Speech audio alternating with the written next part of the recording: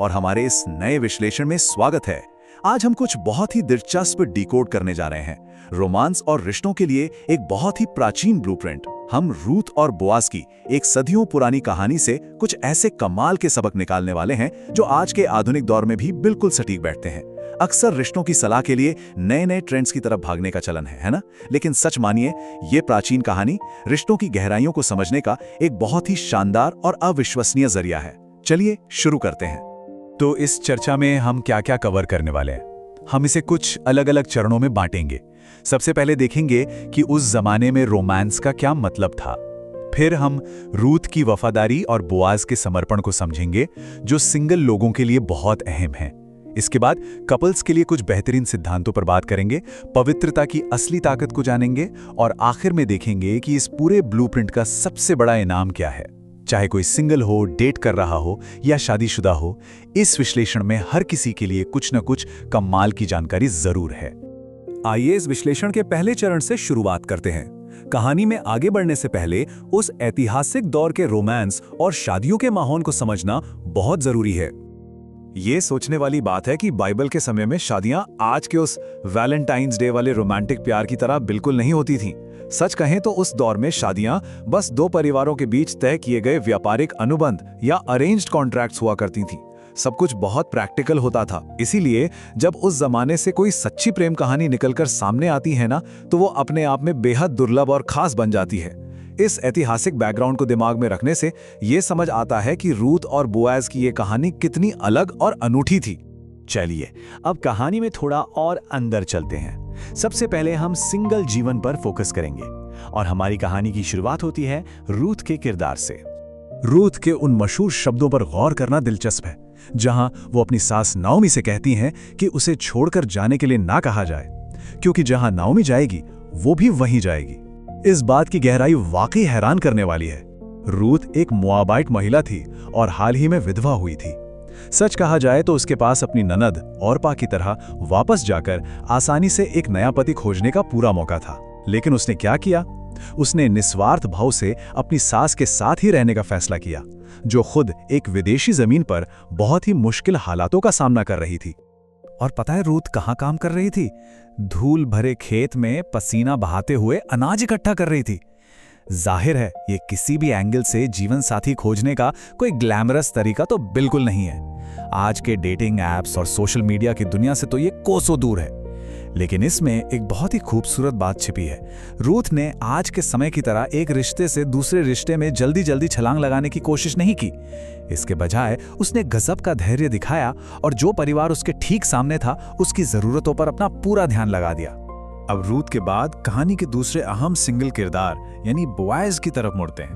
देखते हैं कि उनका माइंडसेट कैसा था और उसने उन्हें एक सही रिश्ते के लिए कैसे तैयार किया। यहाँ एक बहुत ही दिलचस्प शब्द आता है, प्रोविडेंस या ईश्वरीय कृपा। इसका मतलब है ईश्वर की सुरक्षात्मक देखभाल, या यूं कहें कि जिंदगी के बिखरे हुए टुकड़ों को ठीक उसी तरह से जोड़ना जैसा वो ऊपर वाला चाहता है।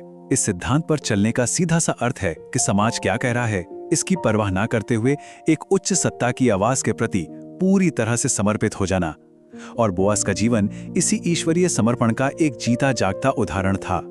अगर देखा जाए तो बोआज के पास रूथ को पूरी तरह से इग्नोर करने के कई बहुत ही ठोस और प्रैक्टिकल कारण थे। वो एक विदेशी थी, एक विधवा थी और उस वक्त मुफ्त भोजन की तलाश में थी जब पूरा समुदाय एक भयानक अकाल से बाहर निकलने की कोशिश कर रहा था। उस जमाने के समाज में ये सब बहुत बड़ी रुकावटें मानी जाती थीं। लेकिन बोआज ने क्या किया? उन्होंने इन सभी सामाजिक बंदिशों को बहुत ही हिम्मत के साथ किनारे कर दिया। जब उन्होंने रूथ को पहली बार अपने खेत में देखा तो दुनिया की परवाह किए बिना उस ईश्वरीय इशारे को सुना। अब कहानी एक कदम आगे बढ़ती है उस फेज में जहां रूथ और बोआज एक दूसरे के साथ बातचीत शुरू करते हैं, और वो भी बहुत ही सम्मान और परवाह के साथ। यहीं से कपल्स के लिए कुछ कमाल के सिद्धांत निकलकर सामने आते हैं। ये विचार अपने आप में बहुत ताकतवर है। थोड़ा सा आभार जताने से बात बहुत आगे तक जाती है। सोचने वाली बात है, क्या सिर्फ थोड़ी सी कृतज्ञता दिखाकर आज के आधुनिक डेटिंग वाले कई ड्रामों से बचा नहीं जा सकता? जब रूथ ने झुककर बोआज से पूछा कि एक अजनबी होने के बावजूद उस पर इतनी कृपा क्यों की जा रही है, तो वो आभार जताने का एक बहुत ही सुंदर और सच्चा तरीका था। यहीं पर एक बहुत ही खास बात सामने आती है, जिसे लिफ्टिंग अप प्रिंसिपल या एक दूसरे को ऊपर उठाने का सिद्धांत कह सकते हैं। इसका सीधा सा मतलब है कि ये देखते रहना कि क्या रिश्ते में एक इंसान दूसरे को आध्यात्मिक, व्यक्तिगत और व्यावहारिक रूप से बेहतर बना रहा है या नहीं। बोआज ने इसका बहुत ही शानदार उदाहरण पेश किया। उन्होंने अपने लिए कुछ भी मांगे बिना खुले दिल से रूथ के निस्वार्थ भाव और उसकी आध्यात्मिकता की जमकर तारीफ की।